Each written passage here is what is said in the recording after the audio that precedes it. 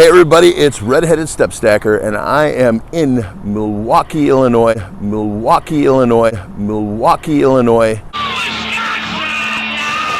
Land of the Fonzies. And behind me is the museum for the Harley Davidson Motor Company. And this is going to be a fun episode. Let's kick it.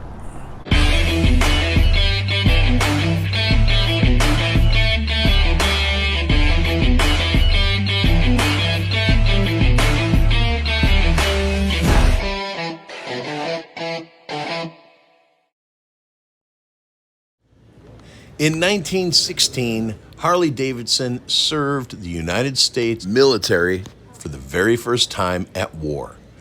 To make a long story short, Woodrow Wilson kept flip-flopping on his support in the Mexican Revolutionary War. That upset Pancho Villa. Pancho Villa killed 18 Americans that he took hostage in Mexico, and then killed 19 more by crossing the U.S. border and going into the small town of Columbus, New Mexico. A general by the name of Pershing contacts Harley Davidson and asks for a pile of motorcycles. A couple dozen, I believe, maybe 3. Those 3 dozen motorcycles and 6,000 American troops were sent into Mexico to find Pancho Villa. Well, that never happened.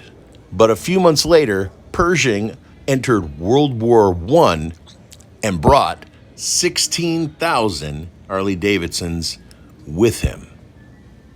But that's not the first time that Harley Davidson had dealt with the federal government. Just a few months earlier, Harley Davidson sold 4,700 U.S. mail-carrying motorcycles to the United States Post Office. And these were replacing horses. Believe it or not, in 1916, a good horse would cost you $50 to $70. These would cost the American taxpayer $425 each. In 1932, we were 3 years into the Depression, and that is when Harley Davidson released its new line of motorcycles called the Servy Cars. People were buying these because they believed they could make money while they owned them. The Servy Car is the second longest running line in the history of Harley Davidson, only second to the Sportster. In 1925, Harley Davidson had 2,500 contracts across the United States to build bikes for the police. Today, they suffer from Honda and foreign competition. We're only standing at 3,000 contracts worldwide for police motorcycles. Now, this 1936 Patrolman Harley Davidson motorcycle came with some extras: a tire pump, fire extinguisher, flashlight, billy club, first aid kit, speedometer, foot-operated siren, and a one-way radio. That means they can't call for help. They can only listen to be told where to go to help. A couple years into World War II, the United States purchased 90,000 of these you would know as a WLA. This is the motorcycle that started the chopper craze. And because of it, there's not many of these in original condition left.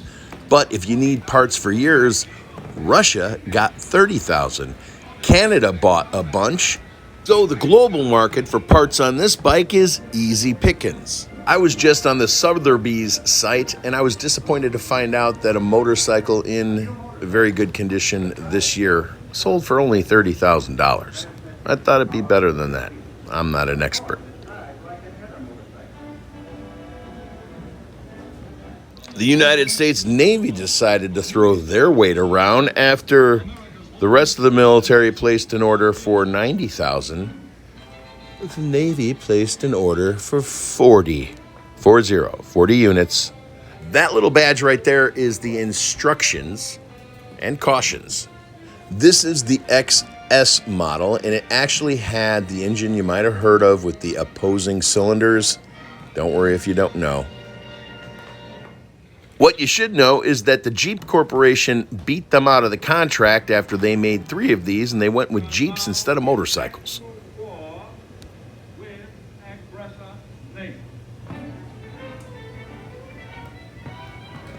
Not to be confused with the Survey car, this is the package truck. Wow, what a great way to advertise your business right there on the side of the box. And this vehicle was in production from 1915 to 1957. This particular example is from 1941. A minute ago, I said don't worry what the opposing cylinders are. This is what they are. The cylinders stick out so they can get air, and it keeps the engine cooler.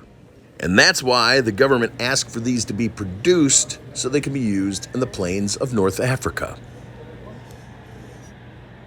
This 1971 Survey car served at the Chicago Police Department, but not for big scary cops that look like gorillas. This was for parking enforcement.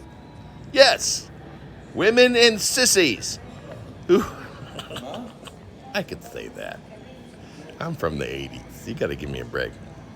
So this motorcycle actually came with a chalk stick. Harley Davidson is trying to get you tickets, man! In 1986, Harley Davidson bought a company called Armstrong, a British company that made this bike for the British military. Harley Davidson liked the design because, like their bikes, it tackled a lot of terrain. Today, Harley Davidson makes this bike exclusively for the Canadian military.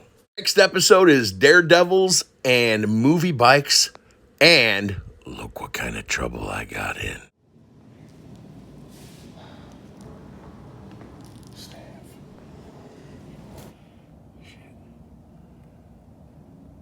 Anybody home? You're my girl. Thank you for making it to the end of the video. If you're new to the channel and you'd like to support us, you can check out our awesome, thought-provoking t-shirt shop. Peace and love worldwide. Live your life before your life lives you.